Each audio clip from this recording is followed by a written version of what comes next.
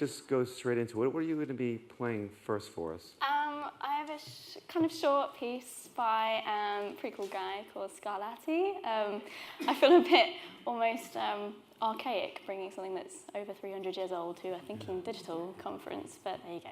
Maybe a bit of perspective. Yeah, it's a short little keyboard sonata. I actually played this as my first piece in my BBC programme, and it went down really well, so hopefully we'll get the same reception here. Great. Could you play Wrecking Ball instead? By any chance? Maybe an encore. Cool. I'll let you have it.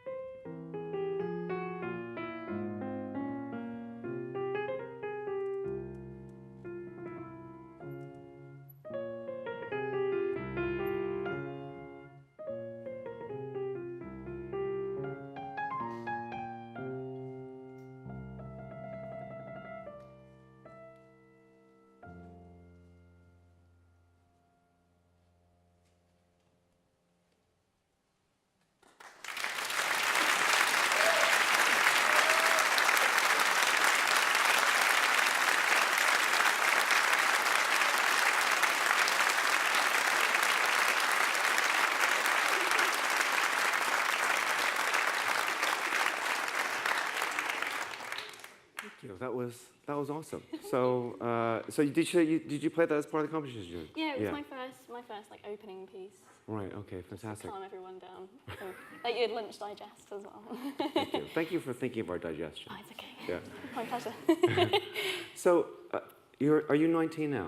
Yeah, I turned 19 last week. So well, I'm in congratulations. my first year of undergraduate study at the Royal Northern College of Music.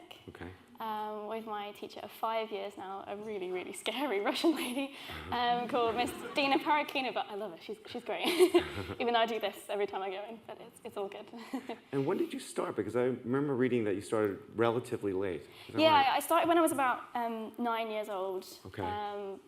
Which is quite late for a musician. You tend to find they're like this big and already playing Rachmaninoff concertos and things. But I guess that says that you're just that good, really. With so little. Well, my family aren't musical at all, so classical music has never been in the household. Right. And, so how did you happen upon it then? I don't really know, to be honest. Right. Apparently my great-grandmother used to play in pubs and things and get drinks lined up on the top of the piano, but she didn't drink.